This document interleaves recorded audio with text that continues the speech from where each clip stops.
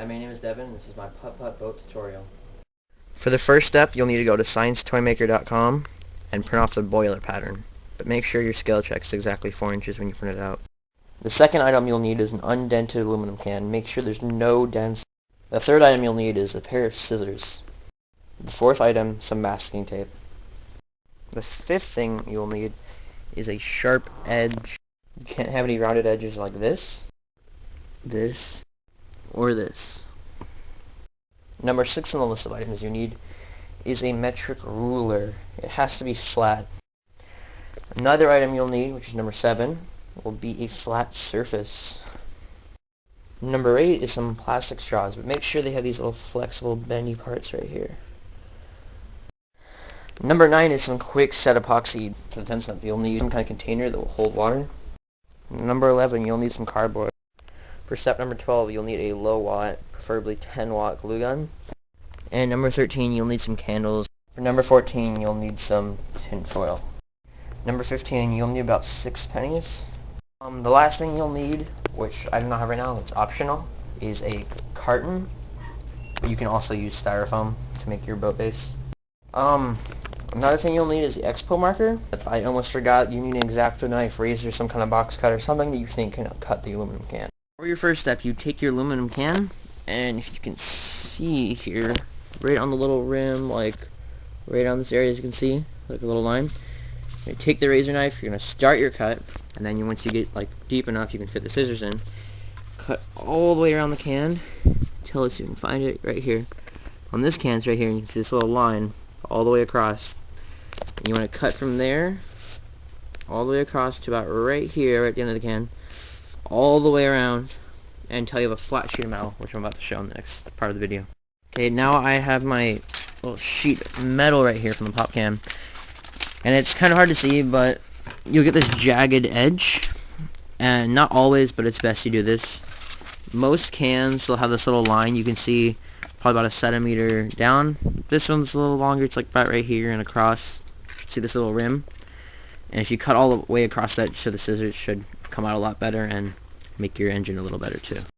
Okay, so this is the outcome. Looks a lot cleaner. And so now you want to do is you want to take your can, just mess up my little table here, fold it in half, but not right away. Make sure there's a little bit of silver showing like that.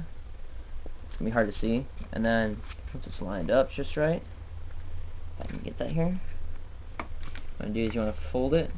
So now what you want to do is line it up again. Make sure that silver is showing, make sure it's even. Take your masking tape. Mine's a little uneven. Go across. Just like that. Ooh, actually I messed up. There we go. Line it up. Make sure the silver's still showing. Then you take your ruler or hard object, whatever you have, and just gently hit it down, not too hard. That's so it's flat. Okay, now that you've completed the last step, what you want to do is you want to get your boiler pattern right here. Like I did, make a little rough cutout, doesn't have to be perfect. Maybe trim the edges a little better. What we're going to do is make little tape donuts with your masking tape. Put them on either side. I'm going to take this, put it across. Okay, now once you have it on and it looks like this, see these black lines right here? Not the dashed lines.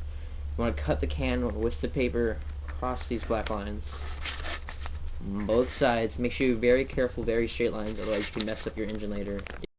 For your next step, you're going to take your boiler pattern, find your sharp edge, take some masking tape, a little bit of both edge, little ends, whatever. Once you do that, you want to line up the dashed line with your corner. Tape it down, and then you make the fold all the way. Once you do that side, you're going to do this side too. Okay, so now once you get it folded over like that, you want to take some kind of, ID card, credit card, whatever. Take it, put it right on the crease, bend it over. Try not to get it too dented. It's not much big to get dented, just a little more epoxy down. That's okay. Same with the other side. Ooh, and I almost forgot. Also gonna take this off.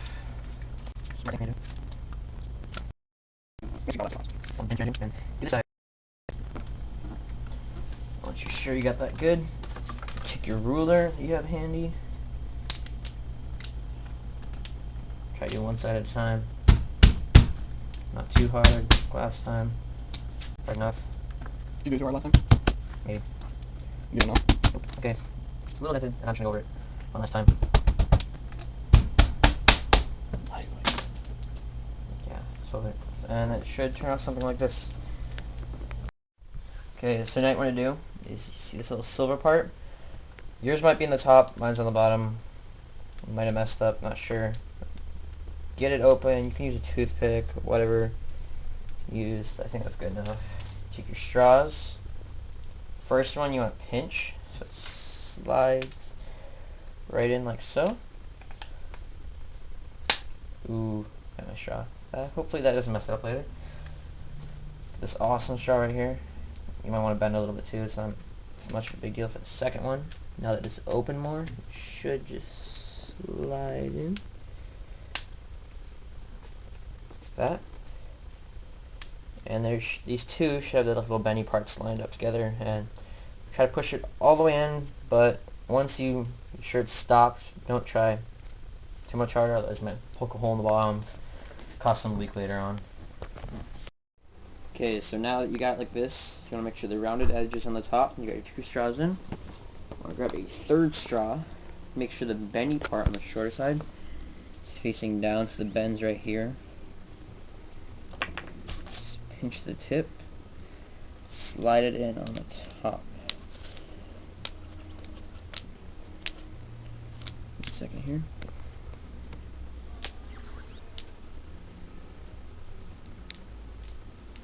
Once you get in there, slide it all the way up until there's just maybe half a centimeter space between the bendy and the engine. Okay, so now once you got the straw in, you want to find some kind of cardboard about, this size, enough to fit your engine across and have a little bit of space for the epoxy you'll put on later. Get your tape donuts, masking tape, put them both just like that, on both sides of the engine. Put it right in the corner, press down the sides like so, so it stays flat. Okay, so now once you got this, if you have a piece of scrap left over, I forgot to mention this, but it's best you do, take your piece of scrap. I want to try to get it in between these cracks right here, make sure it fits all the way through on the top part, and then in between, but this one should stop when you go back this way. Yeah, it should stop right there. Same with this side, works just fine.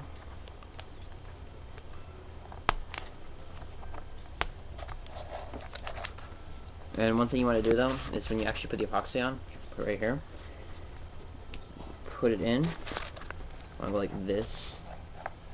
That's actually help slide the epoxy all the way in. Okay, so now what we're going to do, get your epoxy, undo it, and you're going to squirt the two right here. And if yours comes with a mixing stick, mine didn't. This is why we have the toothpicks from earlier, or whatever you can find.